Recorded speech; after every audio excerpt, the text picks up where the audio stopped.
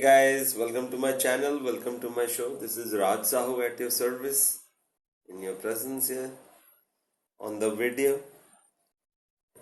Today's video will focus on what is written and what is said by Jesus in Matthew 25:34 to 40. The righteous will inherit the kingdom, and it appears in the Bible in Matthew 25:34 to 40, Psalms 37:29. Because it says in that parable, Jesus says, the king says to those on his right, come, who are blessed by my Father, inherit the kingdom prepared for you from the foundation of the earth.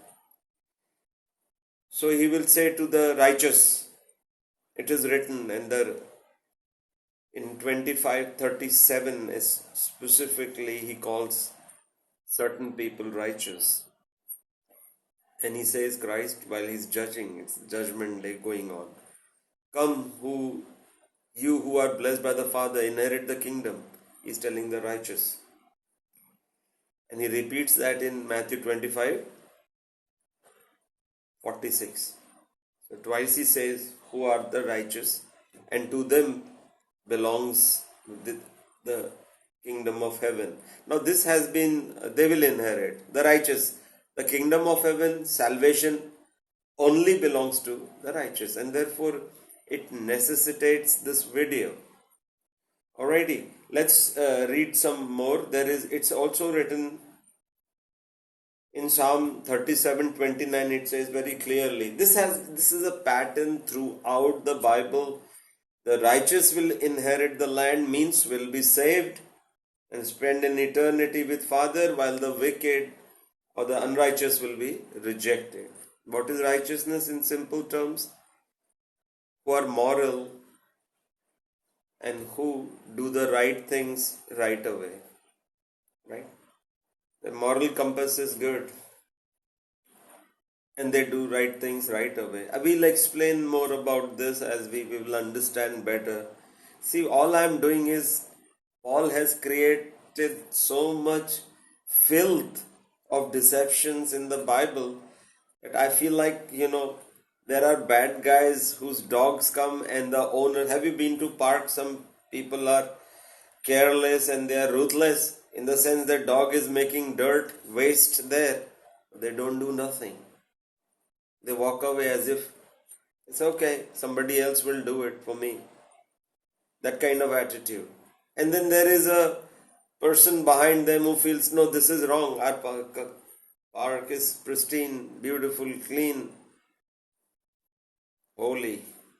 So they go after them and then they clean up the waste or the filth of the previous person who allowed it. In this case, this analogy is to explain what Paul has done. I'm just cleaning the waste, and he has to clean up the waste, It was so pristine and clear. See, throughout the Bible, I hope you've read the Bible. Read from Genesis to Revelation. You will see that it's all about righteousness, except Paul starts changing. Paul is that dog which is making the waste. And people like me, there are others also now who are cleaning his waste. So we can tell you what Jesus tells us of what is righteousness, who will inherit the land, who will be saved. And then we will go into John, who are righteous. Because Paul left behind a lot of waste, a lot of filth, talking about imputed righteousness, which comes by faith. This was not spoken by Jesus. Even worse, it was rejected on the day of judgment per the vision and the judgment day accounts Christ provided. So no matter whichever teacher, theologian, scholar talks to me, I'll say, first give me a reply. What happened on the day of judgment? And then they run away. They have no answers. They got lost into the web. See, Paul was the Antichrist. I put a video on that, a very long video, thankfully. I'm not embarrassed about or ashamed of that long video because it is chock full of information.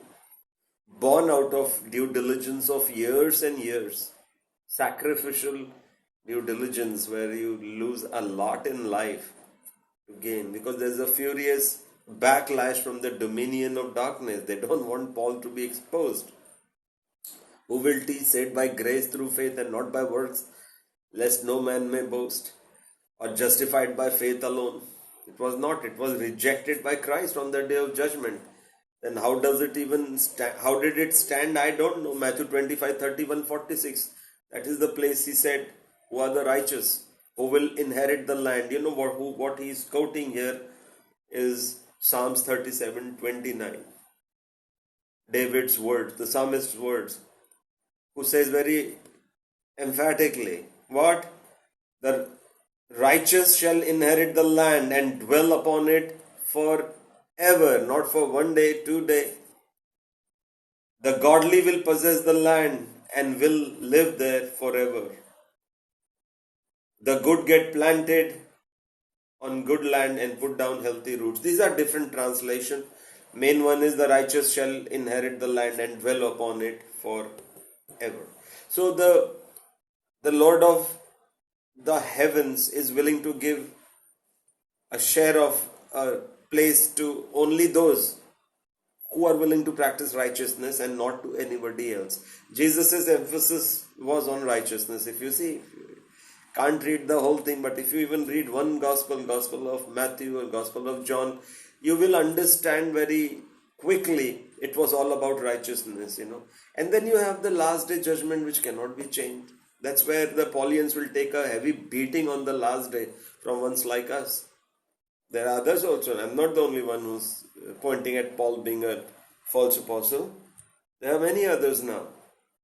If not many, there are at least 10, 15, and more are coming. The thing still remains, the point still remains is only the righteous will inherit the kingdom of God. Right? In the Sermon on the Mount, that was the first teaching of Jesus Christ, really, according to the Gospels. If that is the chronological order, that was his first major teaching after 400 years of silence. The prophet that came was actually the Son of God, the Savior for whom the whole universe was waiting. He's the man who created the whole universe, co-created with his Father, John 1.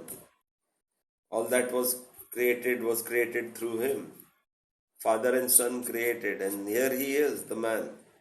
It deserves very astute understanding of what he was speaking for that very reason, guys. And I would request you to do the same.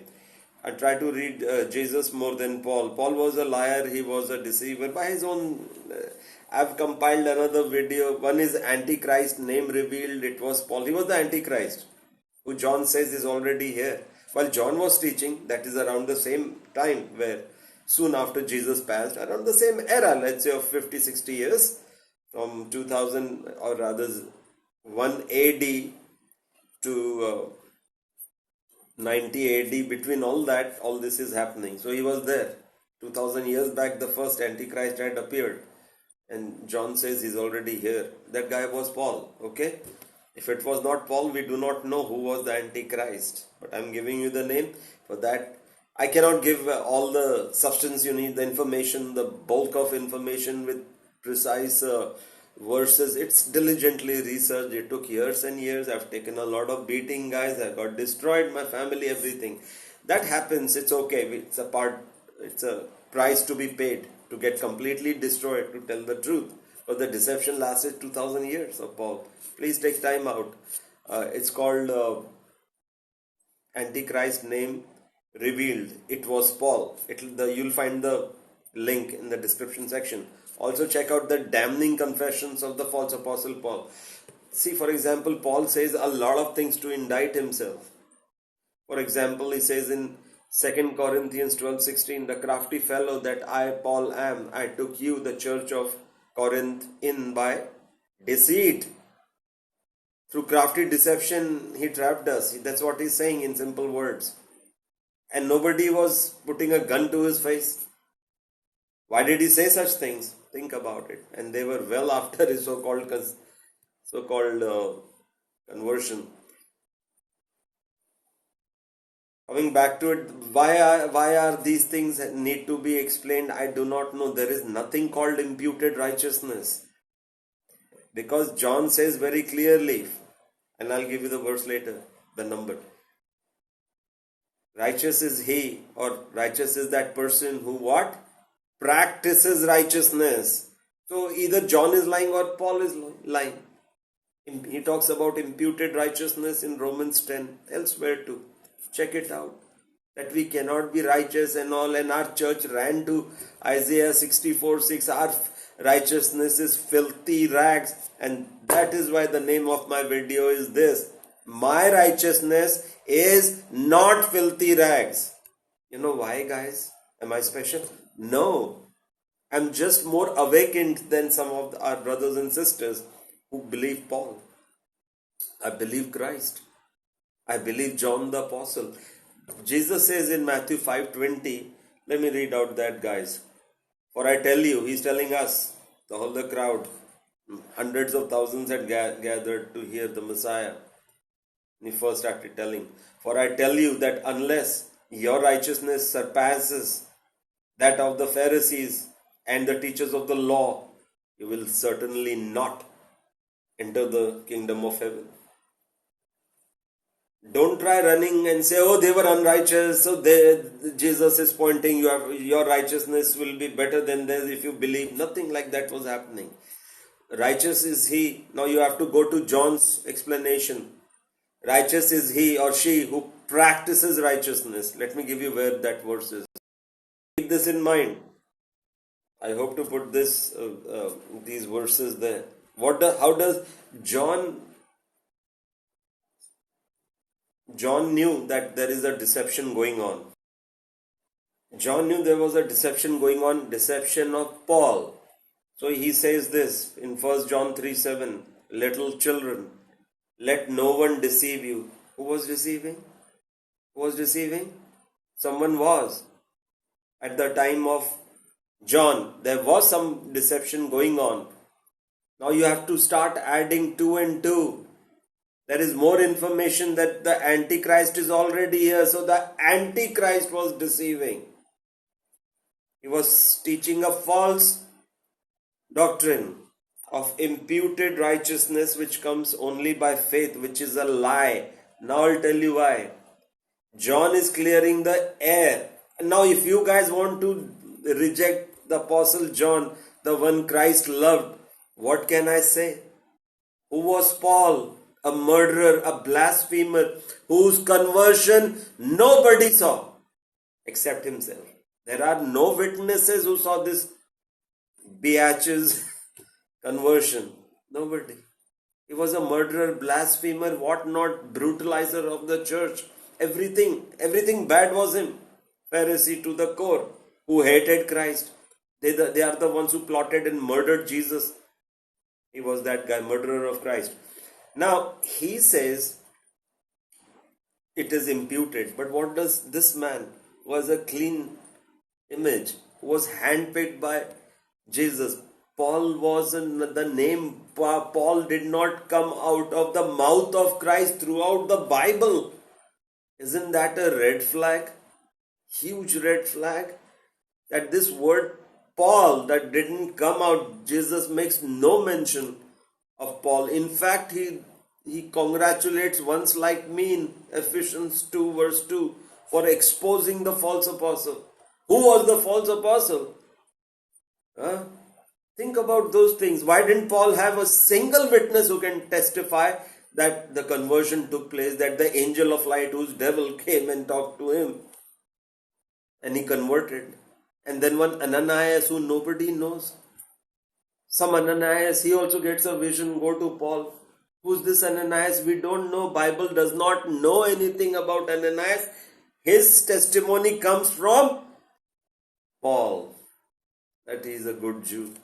Nobody knows this man because he's not mentioned anywhere else. And what does this mysterious Ananias say? Oh, I saw scales falling off. You guys have fallen to a big conspiracy of the devil led by his head honcho Paul. and believed everything. I'm not saying you, all Christians, all of us, I also for 15 years at least. 1 John 3:7 clears the air about who is righteous. So whenever imputed righteousness is taught in your churches, you remind this is the righteousness John taught. He didn't taught imputed righteousness, and he says, little children, let no one deceive you.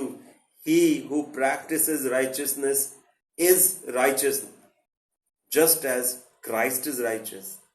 You know why? What he's saying? Because he practiced righteousness. What is righteousness again, guys? Doing the right things right away without hesitation. That's why I'm saying your means whoever is teaching this, I'm telling them, your righteousness is filthy rags, not mine. Because I make a strong effort to be righteous. I'm not zero like you with filthy rags for righteousness. I see in my school, in my college in India, we had numbers. Every exam, every teaching, every test had a number. Let's say 100 was the typical number. And we didn't have grades. They were in the first 3-4 years till second grade, or I think till nursery for 1 or 2. After that it was all, as we grew older, after 7-8 years old, everything was numbered, so you know exact position where we stand. Out of 100, some students scored, let's say math, 100 out of 100. In English or some other languages, I won't talk about English, it wasn't our premier language. You can understand from my English, it's not my first language. And then there was social studies called physics, civics, and social studies are history and geography. They were called social studies. So those things, some students scored 94, 95, even in that. In mathematics, it was possible to score even 100 out of 100. But there were students who were scoring literally 2 or 3. I knew an Iranian guy living in front of my house. That poor guy, he couldn't score more than 3 or 4 out of 100. And there were others who scored like that in the class who came last and they failed. Anything below 40 was a failure. Now there were those who scored 2 or 3. You guys are those. You who talk about our righteousness is filthy rags. You know why I'm giving this analogy? That some scored 94, 95, even in subjects like history, because they worked hard. They practiced day and night their understanding of the subject. They put a lot of effort.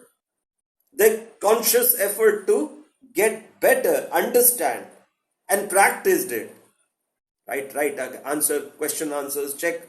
And they scored heavily on the test day. I'm comparing it with the day of judgment. This is what John is saying. Righteous is he who practices righteousness. It is a conscious choice we make. When we are given a situation, do we choose to be righteous or do we choose to be evil, or I don't care? Either way, I just move on. Right? So there are 2-3 things involved here. Righteousness is one who practices righteousness. Righteous is one who practices righteousness, makes a conscious choice of choosing the right. What is righteousness again? Doing the right things right away. Now quickly go to the Good Samaritan. What happened? There were the Jews, the priests, the Levite, the priest. They didn't help the person who was dying on the road. In that parable, Jesus tells us it was a Samaritan who are half pagan. They are not even Jews, they are half pagans. That man had heart of compassion, and he was deemed righteous because he stopped his donkey and picked up that ambush guy, though this guy could have been ambushed by the same people who were hiding to ambush the first one. They waylaid that guy and stole everything and beat him almost to death. But the Levite didn't help, the priest didn't help, who knew the law. You know why they didn't help? Likely they were scared. as I would also be.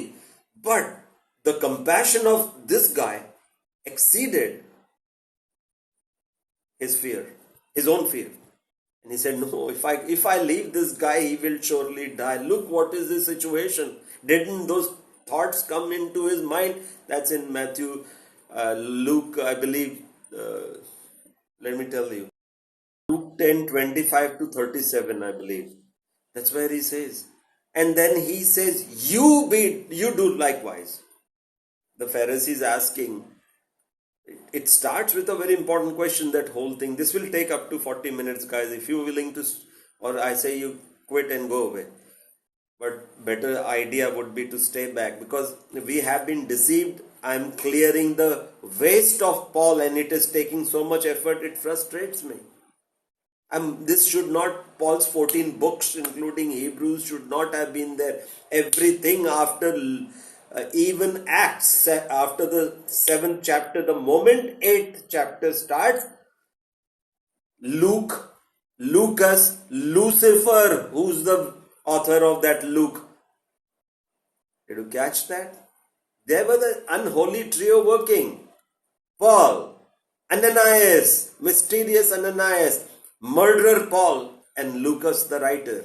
Lucas, Lucifer, who played very smartly. He gave us the Gospel of Luke, which is more or less consistent with the rest, because he likely, one of our other brothers who's fighting hard, Del Tondo, he thinks he plagiarized from Matthew, and I think that's the case.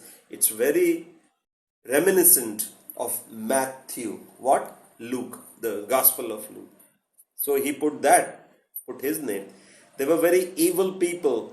See, Bible was canonized 300 years after all this happened. They had abundance of time to reject, to select.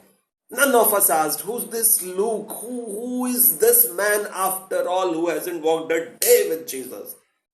There is so much of filth there that has happened that I'm very frustrated to clean up the waste so that I can tell you the truth.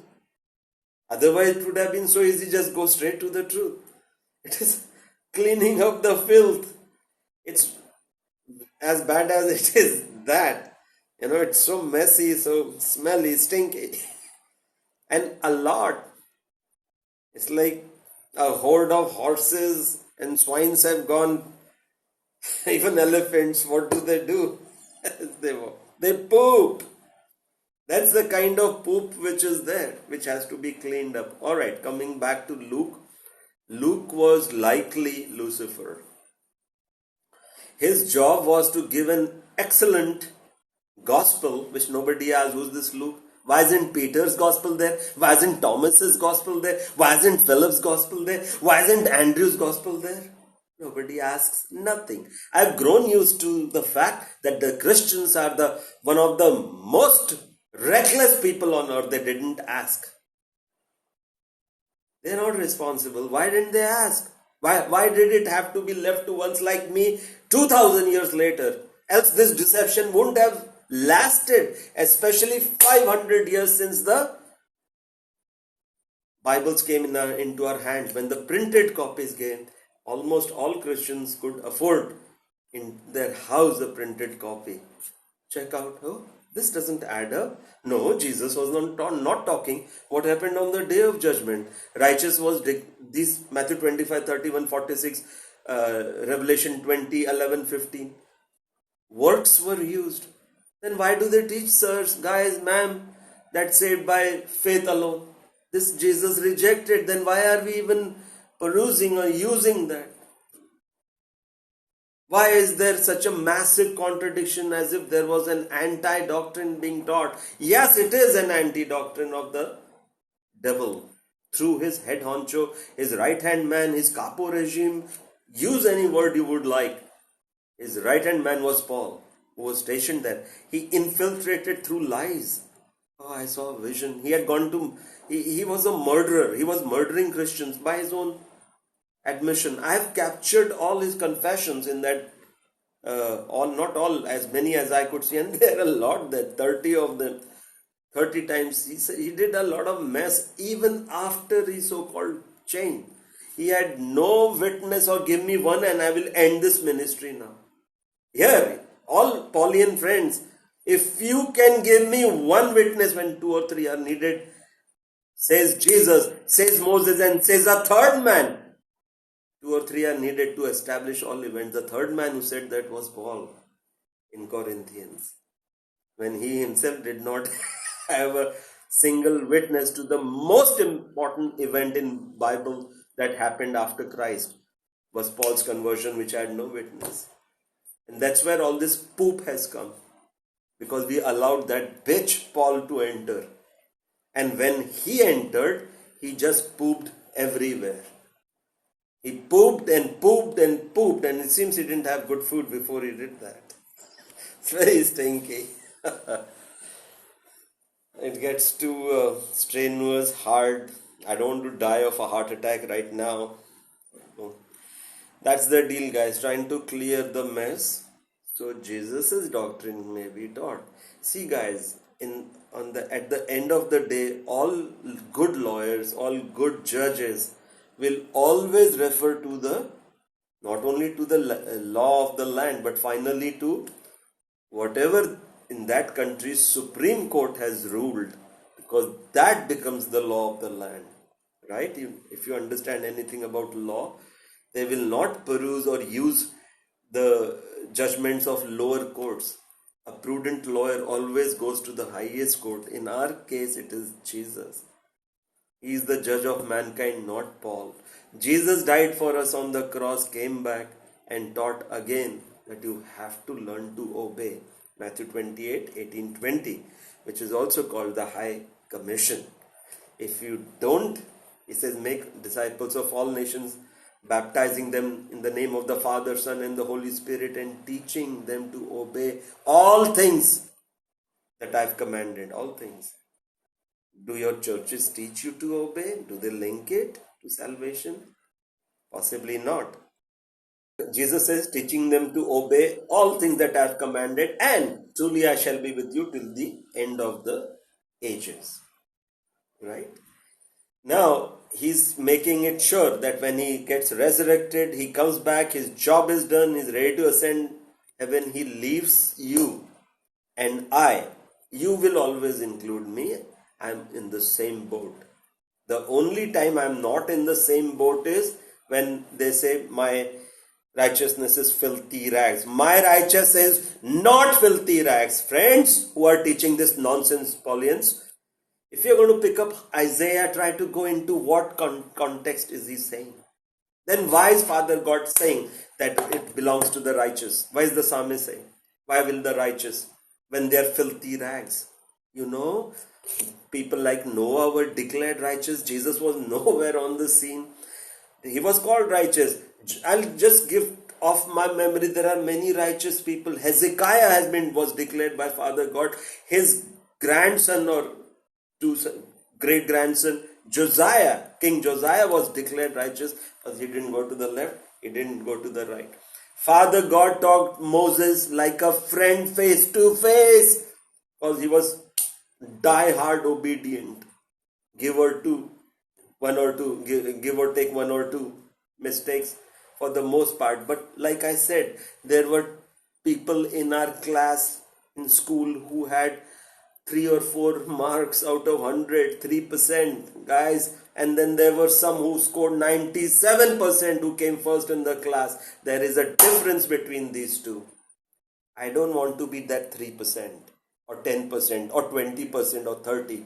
I'll give it a bloody good try to make sure that I choose righteousness. And I'll whip myself mentally.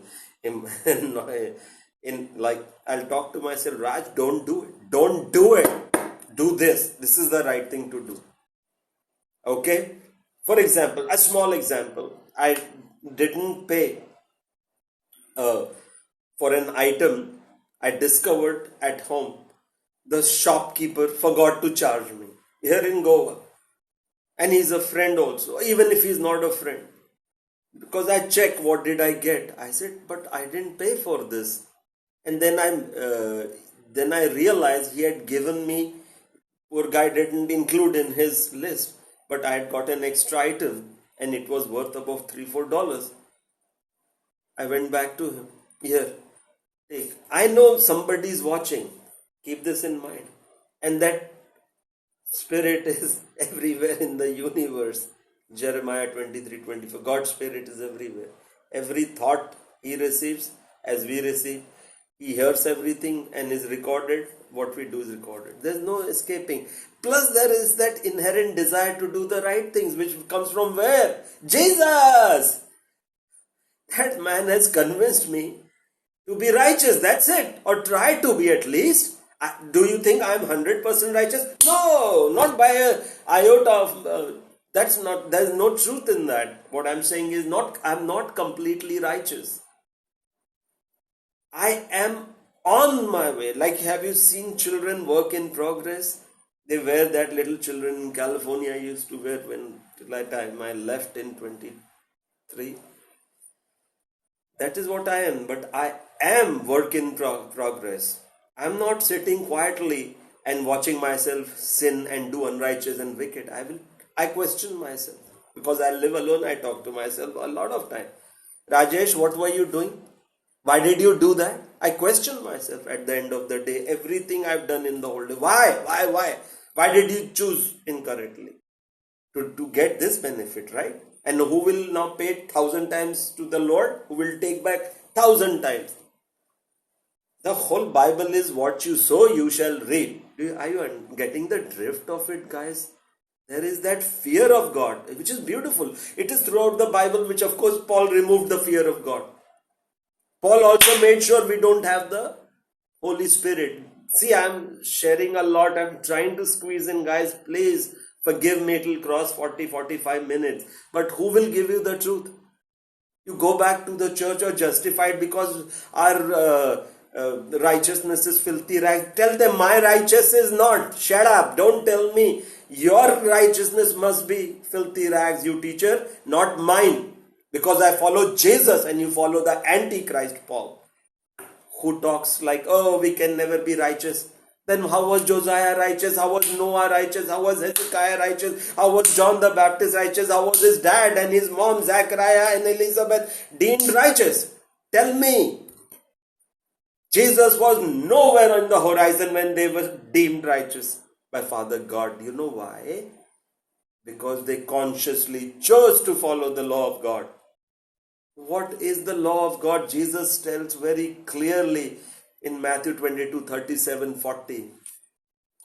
Love God with all your heart, with all your mind and all your soul. And there's no greater feeling than that, guys. Try it out. And then he says, love the neighbor or the fellow human being, which he explains in Luke 10:25-37. Anybody could be your neighbor. He says that you do likewise. You be the good Samaritan. I'll tell you what will save us in a flash. It is not justified by faith. That was rejected by Jesus. Matthew 25:31-46. Matthew 25:37 tells us who the righteous are. The good Samaritans. It is not rocket science. It was all there. But we couldn't lay our finger on that because of Paul. He has put so much poop in the Bible that it is impossible to almost to see. Because our hearts didn't want to see. Wasn't that hard? Who am I? Raj Sahu. Failure in this world. Failure in almost everything. It's like the least, the babes. So what about the so-called wise people? Why couldn't they see? It's not hard. If you have the heart, it is not hard to see the deception just strewn across everywhere by Paul. He just pooped everywhere to make sure we are condemned. That is the main, and he can show, I won't use, I'm scared of Father God, to the Lord. Look what I have done to your people, your children. They rely on what?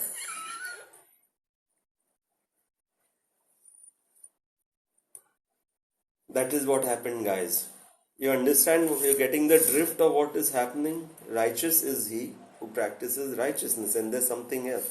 And what does John say? Say in 1 John 3:7, little children, beware. And do not get deceived. Righteous is the person. He's saying directly about Paul. The people who finally, uh, what is it called? Canonized the Bible, deleted many things to, and many things were introduced to. There were people like Constantine, very evil people have canonized. Question is, which I have faced in my 7 years of ministry of exposing Paul. Oh Raj, come on. Father God would have never allowed. He would have protected his Bible. Then why didn't he protect the Garden of Eden against Satan when he put his two children there? What was the snake doing inside? Will you as a dad do that to your children? If you have the whole universe in your pocket, you will never do it. But that's how he works, Father God. He wanted to test them and their obedience through the snake, and they failed. And Snake Junior was Paul in the New Testament.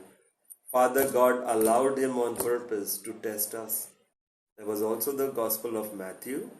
There was also the Gospel of John. I don't know the other two dudes.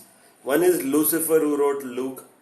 So most of it is good because it's plagiarized from Matthew, but some places are questionable. But most of it was stolen anyways from Matthew, and Mr.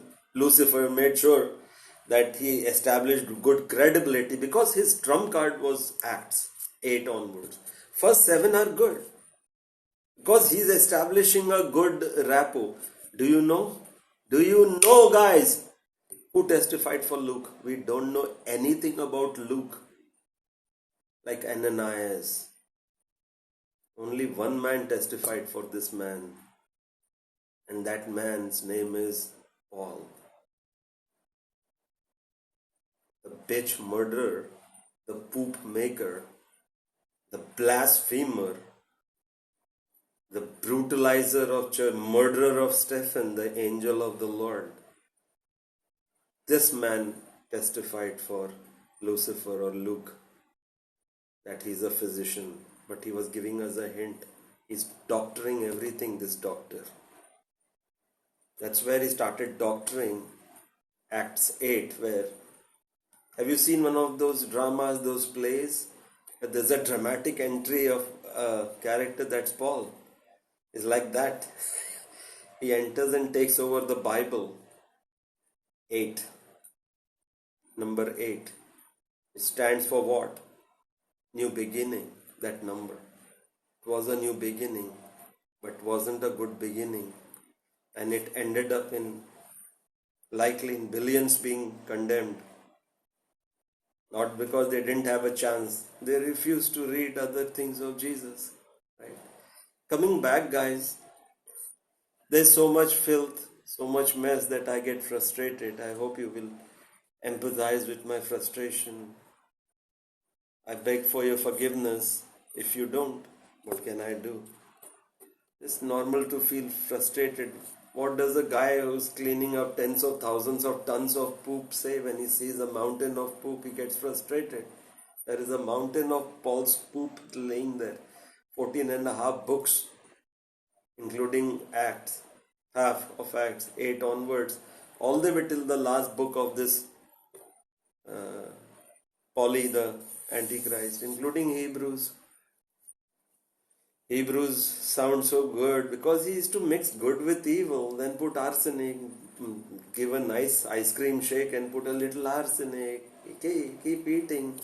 Enjoy my arsenic, my shake, ice cream shake laced with arsenic. That's why he used to mix. Hebrews 11 is very evil. Saved by faith, saved by grace. Grace is a word Jesus never used in the Bible. Check out King James Version, NKJV. Check out New American. Where is the word grace? When did Jesus even use the word grace on the day of judgment? When did he speak the word grace in the Bible? Why didn't anybody find out? I don't know. The only silver lining is I feel happy, and kind of it's a redemption for a failure like me. I succeeded in exposing the false apostle, guys. Let us end in like 2 or 3 minutes. Give me. I'll summarize this. As Jesus summarized in the Last Supper, that if you love me, keep my commandments. 6 times he says it was rejected. Jesus was denied. Righteous is he who practices righteousness, was denied. In that very chapter, Paul talks about, and the children of devil are those who practice sin willfully. That is what Paul was saying without saying, you're covered, your sins are forgiven once you believe. So where is obedience, Paul? Hacked out, right? Chopped out, right? You did what your daddy, John 8:44. There's so much, guys, I can go for hours. So I'll stop here about Paul being the Antichrist. Paul being the deceiver predicted, beware of the yeast of the Pharisees. This is his yeast, this is his doctrine, saved by grace through faith. That is what Jesus was talking about. It was comprehensively, completely rejected on the day of judgment. Matthew 25:31-46, Revelation 20:11-15. Check those out. Read them, put it on the wall so you know how it will end. Nobody in this universe can touch those things of Jesus. Matthew 24:35. His words will come to pass. He will use works of righteousness. And I'll share this also. What was the epitome? What was the peak of righteousness? You guessed it. Works of loving kindness, which he talked about, Matthew 22:37-40. Love God with all your heart, might and soul, and love the neighbor as yourself, or the other person, anybody like yourself. That means love yourself also. Don't beat yourself up all the time. He's covering everybody, including you. He's a great Messiah. His thought makes me cry out of love for him. What he has done and what have we done to him. We ran after the Antichrist, Paul. Check out that video. It's replete with a lot of information you see. There must be at least 100, 200 verses, mostly of Jesus Christ and his apostles. I don't quote Paul. I have to fight Paul, not quote him, not defend him, but to prosecute him, accuse him, and then convict him. Well, he himself convicts himself, The crafty fellow that I, Paul, am, I took you in my deception. So, guys, this is why I'm saying, choose righteousness consciously. Your righteousness has to exceed the righteousness of the Pharisees. Some of them were, including Nicodemus. We forget that guy, don't we? He came to Jesus to learn what is this man teaching. And he asked very pertinent questions. Go to John 3, you will find everything you need to know what will save you. Because they will quote you 3:16 only, the churches. Nobody will quote you John 3:36. Use NASB. Accurately represents what's in the Greek lexicon in this case. Whoever believes in the Son is saved.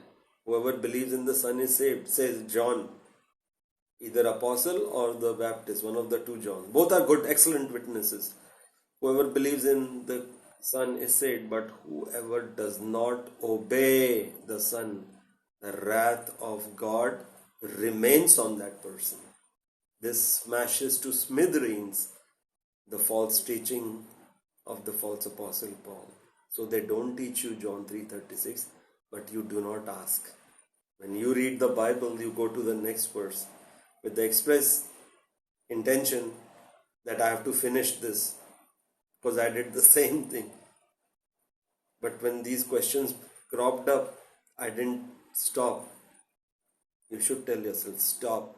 Let's ask, what does John 3:36 mean? That if I do not obey, the wrath remains. And why teach justified by faith? And in Last Supper, which I'm trying to make a movie with my whatever resources God gave or didn't give, 90 minutes movie, one room drama, where Jesus was capping, summarizes ministry. He says 6 times as a grim reminder before ascending the cross, hours later, if you love me, keep my commands. Jesus wants us 6 times. John 14:15 onwards, John 15:14, he says, you are not my friends if you're not willing to obey my commands. Not 1, 2, all of them. Then he dies a horrendous death on the cross, spends 2 nights in the grave, and he comes back resurrected. Praise our Lord. He came back alive, resurrected, all in power. All authority has been now given to him on heaven and earth. And what does he say? He make disciples of all nations, teaching them to obey everything I've commanded. That's how he that's how he summarized his ministry with this grim warning and a command to teach them to obey everything. And Paul taught you have to obey nothing. He killed our righteousness because he knows God's love for righteous. The righteous will inherit the land, and that's exactly what happened on the day of judgment. Jesus is the perfect face of Father God, his Son, his Father, and our Lord. He is the perfect Savior. Who were saved on the day of judgment? Read, guys, take a printout, I say, and stick it on your fridge or on your laptop, anywhere you can see every single day. So you know this is what will end in the Bible. It ended in only the Good Samaritans were saved. Jesus did exactly as he taught. Be a good Samaritan. Who are good Samaritans, guys? It begs that question. Who are selfless, who go out of the way to help others who are needy, who are dying, Jesus says that on Matthew 25:31-46, it's called goats and sheep, where he'll be separating the wheat from the chaff, where he doesn't want the tares, the wheat and the weed, or the wheat and the tares, or the wheat and the chaff, whatever you call this, that is where the separation takes place. And he will take the righteous in, what is mentioned throughout the Bible, especially in the Old Testament. And Jesus starts with that. Check out Sermon on the Mount, and you will know who are the righteous, who make a conscious decision of choosing to do the right things. That is what John is talking about. That is why I said, not because I am being, what is the word for that? Some words. I'm not being proud here. I'm not being egoistic, pretentious, pompous, conceited, presumptuous, supercilious. Nothing of this. I'm just trying to do what I did as a 10 or 12-year-old child in school trying to study. And I didn't come first 5 also, but I was in the first 10 out of 50 students.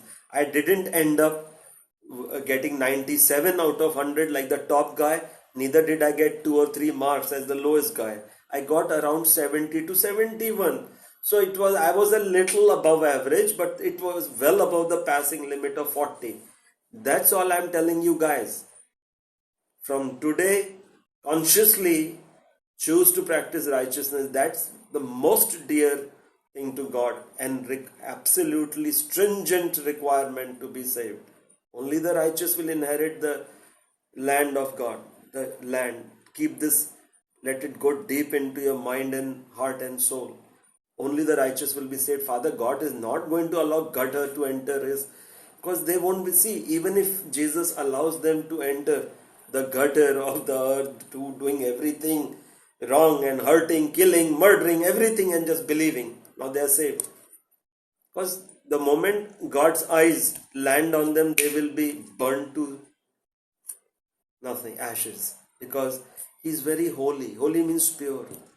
He needs ones whose last cell becomes righteous, in the sense that they give their best shot to practice righteousness. That's why I said, please don't insult me also by saying that, Raj, your righteousness is filthy rags. No, I make sure to give importance to people, to respect them, try to live out a reasonably righteous life, if not highly righteous.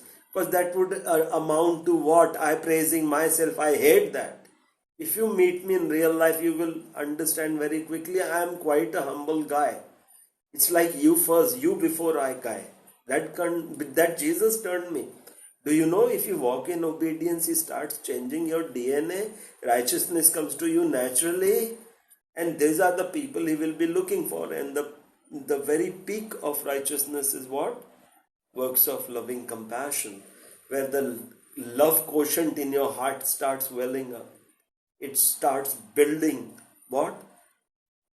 Loving kindness or loving compassion. The word for it is in India is karuna. or karuna. So it's not easy to remember. So remember loving kindness. In India, there is one word in Hindi for two words. Loving compassion, there is one word. I remind myself, Rajesh, that's my full name. Practice karuna in everything. Don't be judgmental. Don't hurt people. And if you hurt, go say sorry. Eat the humble pie. Go say sorry.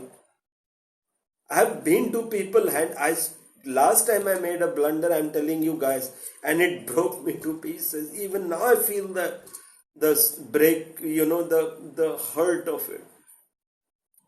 I was at a restaurant. I allow myself 2 drinking days in a week when I'm singing.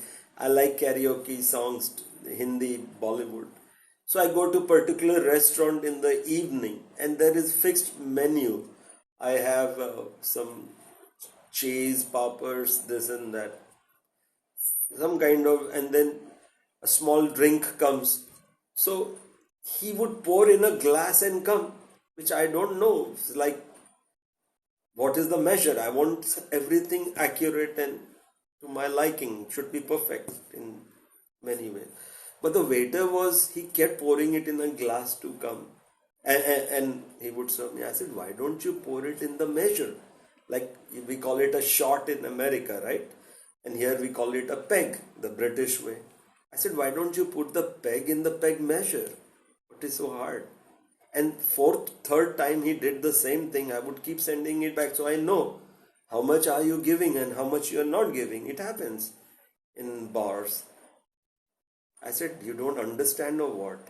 Are you too dumb to understand simple things? That it should be because I got frustrated and let it out at him. No, sir, no, sir. And then he got it.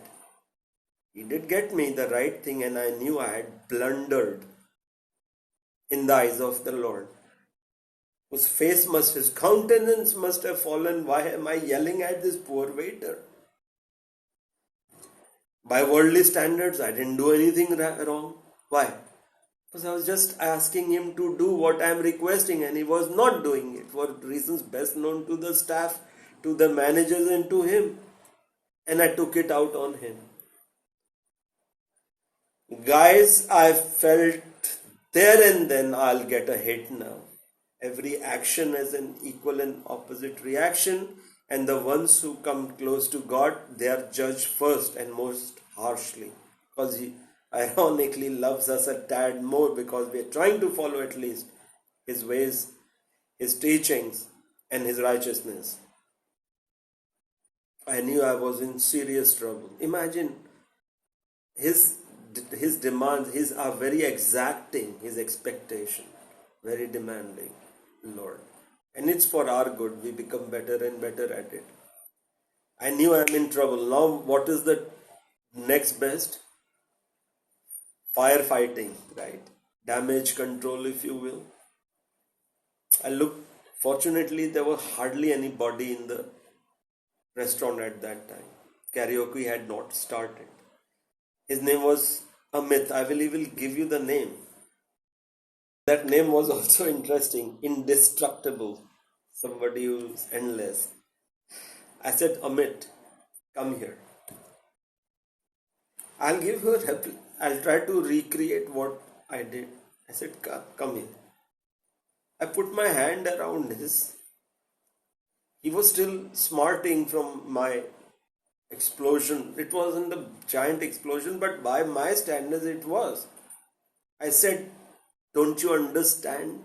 Is it beyond your understanding simple things? That kind of talk. So he was scared I will give him more. I said, come. I stood up and put my hands around his neck. Because we do that in India, there is no judgment, thankfully, in this country. Friends do that. We are little physical. We put affection in like old days. Olden days, it was the same today.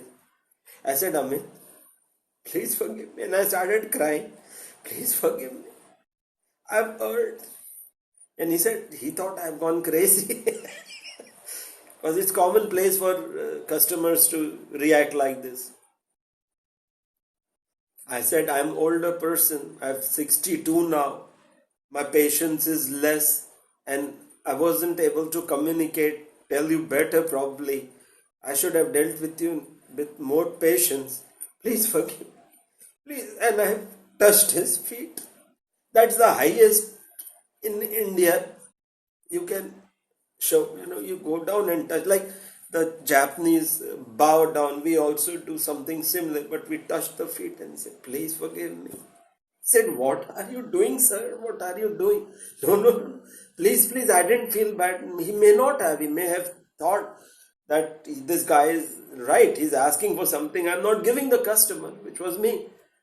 He may think what he is. I knew that I had erred. I knew I'd blundered, and my Lord doesn't like it at all. His heart is for that guy who's suffering, who has a menial salary, and this guy who has much more is sitting and degrading him. I knew what was in store, and it came to me in spite, but must have got substantially less. And even then, the hate was very hard. It typically happens to me in hours after I do these kind of things, if I do. That's why I'm saying, don't say my righteousness is filthy rags, say your righteousness. Anyway, I'll fold up saying, I said, Amit, please, won't you forget an old man who's like your dad? Though I don't have children, I'm like your father. Please forgive me, I'm like your daddy, not father. Father is for Jesus, Father God. Won't you? He also started feeling very bad for me. I took money out and I gave him double, triple tip, not to bribe him, but to assuage his hurt if he got hurt. That is not my job to judge. My job is to control my tongue to edification things, to encouragement things. And if I don't like a person, I don't have to keep sitting. I can move away. Not from from other situation. I'm just sharing. We have to be prudent. But we don't have to shoot our head. See, it can act as a trigger. What if he gets so hurt that he starts doing some wrong that night and it escalates? God is a perfect accountant. For the trigger and everything that happens post that, I will be held responsible. It goes very deep, his judgment. I understand. See, I have failed in everything in life, but I understand. I do not know how. A little bit of God. I know how he works. What are his expectations? He never uses a straight path, though he is completely righteous. He will use situations which we don't think of. I was being tested and I failed that night. But I tried to assuage his feelings. I tried to set the damage control. I tried to do damage control by giving him a hefty tip, so it made it at least worth his while. He got triple the tip for just serving one drink. I do not know what happened, and after that we are the best. We are the best friends now. Because he looks forward to me coming. And I am extra sweet to him, super sweet. I'm trying to be sweet to all these people because, see, guys, you do not understand God's love and passion and obsession with righteousness. He's completely righteous. Everything that falls beyond righteous is not. We can fight and we can in our minds and fight with the Lord in our thoughts. No, see, did not make a mistake. Lord, he did not give me the glass I was looking for. 5 times I got frustrated, and that way he will learn more. This is a good argument, Lord. It doesn't work. It doesn't work with him. Really? Think of now. Really, Raj? Really? Is that your compassion which you talk about on your videos? Is this what you practice? Is this the love you show, especially to people who are having a hard life? So much of service, they literally live on the tips, not much salary. They have a lot of challenges. It's a third world country, guys. And then you do this, taking advantage of your situation. That is not loving kindness, guys. That is not karuna. That is not loving compassion. But only silver lining to the whole thing was we became very good friends. We are today also. That's our Lord. That's the Bible. Love. Love was Bible. Bible is love because God is love. John says that. John teaches a lot about God, who is 1 John 4:8. Whoever does not learn to love does not know God, for God is love. That was Bible. Sorry, it exceeded 60 minutes. Alright guys, thank you for watching the video. I can't go on, I'm very emotional right now. It's very hard, it's a hard life. I'd speak contrary to what Paul taught. It's going to be a very hard walk, but filled with great joy if you're going to obey continually or try to. Like I said, even in this, I'm 72, 73%. I'm not 100% there. But Jesus' grace, which he didn't use, or let's say his mercy does apply on the day of judgment, when he sees how much I won't talk about me, how much you have made an effort. It all counts, and it is not hard, and it will soften your heart so much. You won't have a hard heart, which is spoken about throughout the Bible. He doesn't want hard hearts. He wants soft hearts, filled with love, compassion for others. It's such a beautiful feeling, it exceeds heaven. That is the heaven on earth, to feel love, compassion for others. Can I help you, friend? You don't have to squander your wealth away, but you can go and give person a hug. Sometimes love is all they seek. A little smile, a little love, a little kindness, words of encouragement. After all, what are evangelists? What is he talking about when he says make disciples of all nations? Everybody is a chance. There is an opportunity to show what our Lord teaches. Thank you guys. It was about love. It was about compassion. And that is the premier, that's the peak of all righteousness. Be morally correct. Make good choices. Make sure that you practice so much that it becomes your nature, your second nature, or your first reaction is what's the right. I've seen such people.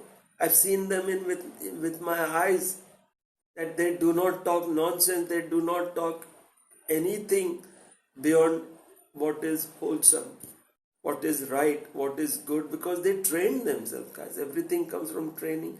Have you seen John McEnroe, Jimmy Connors, the top tennis players of our times? They were like poetry in motion. So much perfection. But remember that same child who went to the tennis court and couldn't even hold the racket. Everybody starts from that point where you can't hold the racket and nothing goes across the net. I played a little bit of tennis, so I understand. But with training, with practice, one day they became world beaters and numero uno, world champions. That all comes with practice. That's what John is talking about. Righteous is one who practices righteousness. Only the righteous were saved. And the epitome of righteousness is loving compassion, because God is love. 1 John 4:8, 1 John 4:16. Whoever does not learn to love does not know God, for God is love. See, all these things completely line up. Bible was given for us to reject sin and turn to love. Fear God, reject sin, because He is a sin hater. He will destroy everything that is sinful. And Paul tried to put everything which is sinful into heaven. Alright guys, thank you so much. God bless you all.